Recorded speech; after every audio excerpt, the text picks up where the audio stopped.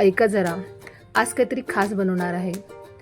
पालक दही तडका. नाव ऐकून बोरिंग वाटलं ना, तर एकदा ही रेसिपी नक्की ट्राय करा. पालक खाणारे नाही, पालक मागणारे व्हाल. क्रीमी दही आणि झणझणीत तडका आणि एक जबरदस्त टेस्ट, इतकी टेस्टी की आपलं डाएट बी खुश आणि पोट पण खुश. तर आता वेळ न घालवता लगेच आपण आपल्या किचनमध्ये वळूया. तर आपल्या रेसिपीसाठी सुरुवातीला लागणार आहे मेन इन्ग्रेडियंट्स पालक. त्याला स्वच्छ धुवून मस्तपैकी आपल्याला कट करून घ्यायचे आहे. लगेच आपण वळूया फोडणीकडे. त्यासाठी आपण गॅसवर पॅन गरम करायचा आहे. त्यामध्ये आपल्याला आवश्यक तेवढं तेल टाकायचं आहे. तेलला आपल्याला छान गरम होऊ द्यायचं आहे. तेल व्यवस्थित गरम झालं की त्यामध्ये आपल्याला जिरं, मोहरी आणि लांब लांब कट केलेला कांदा टाकायचा आहे. कांद्याचं प्रमाण आपल्याला बऱ्यापैकी टाकायचं आहे. आता त्याला कंटिन्युअसली हलवून आपल्याला मस्त शिजू द्यायचं आहे कांद्याला. एकदा तुम्ही रेसिपी नक्की ट्राय करा. खूप स्वादिष्ट अशी रेसिपी होते.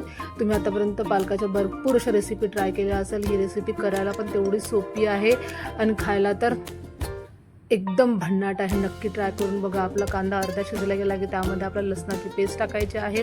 त्याला पण आपल्याला छान शिजवून घ्यायचं आहे.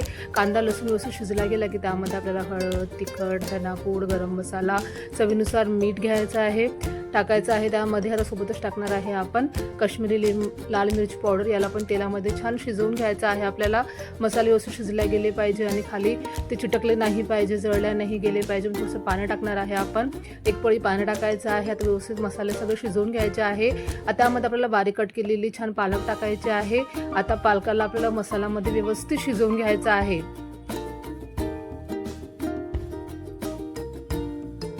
आता मला असं वाटतं ना, पालक खूप सारी झालेली आहे, पण पालक शिजल्यानंतर ती चिमून जाते बघा. की त्याचं प्रमाण किती कमी होतं. त्याला व्यवस्थित मिक्स करायचं आहे. छान पालक आपल्याला शिजवून घ्यायची आहे.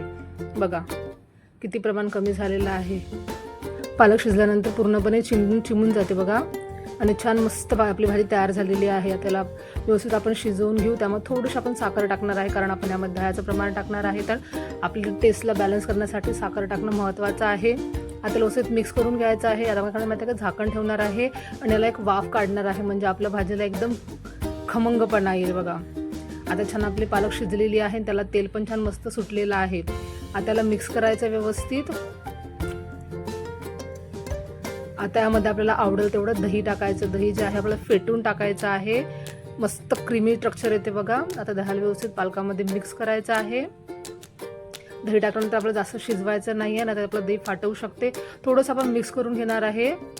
थोडंसं गरम होऊ देणार आहे आपण.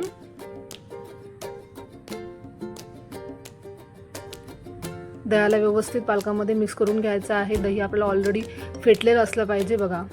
तयार झालेलं आहे आपलं मस्तपैकी क्रीमी असं पालक दही तडका. आता गॅस बंद करून आपल्याला गरमागरम पालक दही तडका भाताबरोबर सर्व करायचा आहे.